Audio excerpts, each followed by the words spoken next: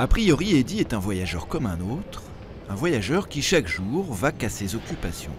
Alors oui. Sauf qu'officiellement, Eddy est encore en prison. Il a pu bénéficier d'un aménagement de peine grâce à la pose d'un bracelet électronique. Chaque jour, entre 7h30 du matin et 18h30 le soir, il est donc totalement libre. Je te dis, c'est bon là, je suis en sortie, donc je redémarre à zéro et il faudrait que je fasse les bons choix pour ne pas retourner bien sûr en prison. Et tu revis en quelque sorte. Quoi. Sans domicile, Eddy a trouvé refuge à Lilo, une association de réinsertion. Comme lui, ils sont une cinquantaine de détenus ou anciens détenus accueillis ici. Grâce à Lilo, Eddy a pu justifier d'un domicile, une condition indispensable pour bénéficier du bracelet électronique. Depuis sa sortie de prison, il y a 3 mois, il est donc son propre gardien. Une liberté sous contrainte car chaque nuit, il doit se trouver à proximité de cette borne. S'il s'en éloigne, l'administration pénitentiaire en est immédiatement informée. La surveillance électronique, c'est d'abord un sas entre la prison et la liberté. Donc ça me permet de faire mes démarches administratives, professionnelles, et de reprendre ma vie sociale en main. Quoi.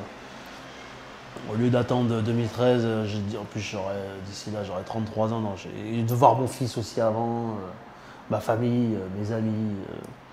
Depuis 3 mois, c'est donc ici qu'habite Eddy. Pas le grand luxe, l'équivalent d'une résidence pour étudiants. Mais surtout une adresse à lui, avec la possibilité de poser ses valises pour imaginer la suite. J'ai bien aimé avoir une clé, c'est moi qui décide quand je rentre, quand je sors.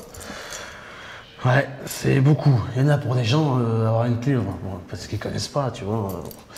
Pour eux, ils voient pas le geste, le symbole d'une clé. Mais pour un détenu, avoir une clé, c'est quelque chose. Ouais. En moyenne, les résidents passeront 18 mois à Lilo. 18 mois durant lesquels ils vont tenter de réapprendre la vie en communauté, se mettre à jour avec l'administration, trouver du travail ou une formation. Rien de facile pour autant après des années de délinquance ou de prison. Ça va, Samia? Ce jour-là, Eddy a rendez-vous avec Samia, son éducatrice référente. Sinon, il va falloir que tu trouves du boulot en attendant. C'est ce que je t'ai dit, dans une recherche active. Du boulot? Bah oui, du boulot. Je connais pas suffisamment Madame Barès, mais il y a d'autres juges d'application des peines qui peuvent révoquer ton sursis parce que tu bosses pas. C'est inconditionnel, tu veux dire. Oui, mais ils peuvent le révoquer.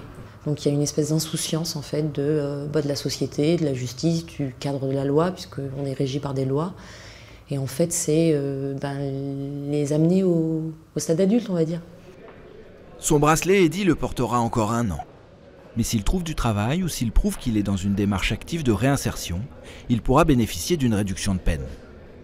L'administration lui impose un calendrier quand lui cherche d'abord à trouver ses repères. La difficulté à se poser, à accepter un cadre, c'est tout l'enjeu de la vie après la prison.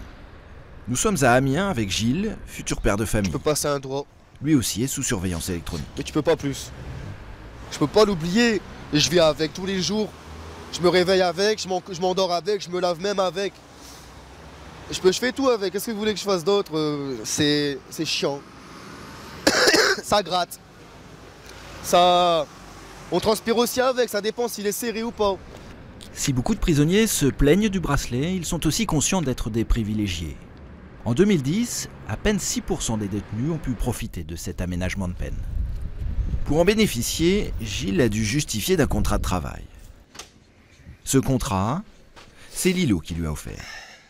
Un contrat d'insertion d'une 20aine d'heures par semaine, payé au SMIC, avec des horaires à respecter et une pointeuse. Ça m'a rappelé la prison, tout simplement. Il n'y a pas d'autre mot, en prison, au greffe, c'est pareil. Gilles n'a que 23 ans, mais déjà un lourd parcours judiciaire. Entre la routine de la vie carcérale et les vieux réflexes de la rue, les tentations sont grandes, alors chaque jour il doit se battre. Se battre pour arriver à l'heure, respecter ses collègues, l'autorité, accepter les consignes. Ça va. Au fur et à mesure du contrat, donc on voit une certaine évolution. Vous voyez, ils reprennent confiance en eux, ils parlent, ils ont retrouvé une certaine dynamique, il y a un côté social, donc ils parlent avec les autres salariés.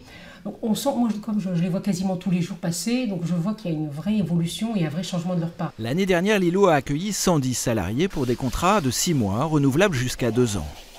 Nettoyage de voitures, atelier mécanique, mais aussi cuisine ou menuiserie. Ici, avant le travail, la priorité, c'est de se mettre au rythme du détenu. Il s'agit d'abord de les aider à retrouver confiance et autonomie. Bah, je suis fier de me lever tôt le matin, justement. Même si je gagne pas beaucoup, au moins je ramène ma paye à la maison. C'est ça le truc. Je paye mon loyer et je paye tout de ma poche. C'est plus de l'argent sale, c'est plus des trucs sales, c'est pas des conneries. C'est de l'argent propre, c'est moi, c'est comme ça. Au terme de leur période, 47% des effectifs, soit près d'un salarié sur deux, trouvera un contrat ou une formation. Un pourcentage à relativiser avec les 80 000 détenus qui chaque année sortent de prison, pour la grosse majorité sans domicile ni travail.